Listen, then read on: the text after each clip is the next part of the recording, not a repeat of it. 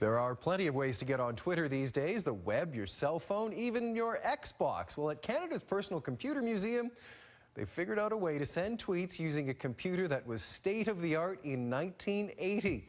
Mike Wise ready with a history lesson at the iDesk. Well, Aaron, have you ever heard of a Commodore Vic 20?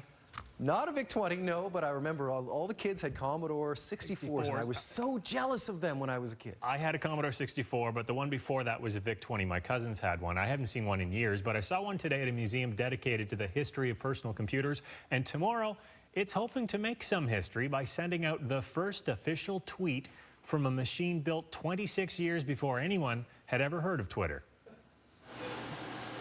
Your average cell phone is more powerful than most computers on display at the Personal Computer Museum in Brantford.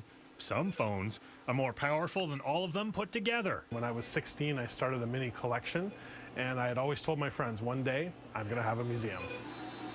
Sid Bolton's collection has now grown to include more than 600 machines spanning the years, not to mention a huge collection of programs and games, including that classic, Pong. Oh, he got me. Bolton never liked the fact most people saw technology as disposable. That's why he's trying to breathe new life into a machine most would consider now as nothing but junk, a Commodore Vic 20.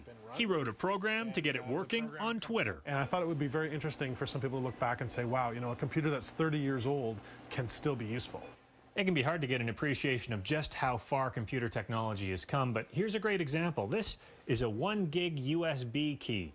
It holds the equivalent of 1,000 of these old floppy disks. And one of those disks has 200 times the memory of a Vic 20. He has to load his Twitter program from a tape player. Yep, they used to use tape in the early 80s. And he had to keep his programming as tiny as possible. That is the size of an average email that, you know, contains not that much content, so it's really just text-wise. It's only 2,000 characters. The latest 2 updates. The Vic 20 can only show 2 tweets on the screen at a time, but at least it works. Bolton plans to share the code with other computer hobbyists in case they want their own ancient machines to start sending out tweets of their own. Mike Wise, CBC News, Brantford, Ontario. I had to sign off by programming that way as well. The museum is run by volunteers, so it's only open to the public one Saturday a month. Tomorrow is that Saturday, and that's when they're going to officially send out the tweet. I only received them. You can find out more details at pcmuseum.ca. Aaron? And my dad would love that story because he was programming computers when they were using punch cards. Oh, they didn't have those there. No, exactly. All right, nice piece. Thanks, Mike. Thank you. Now it's over to Diana with CBC News at 6. That was great. Thanks, guys. Here's what we're tracking tonight.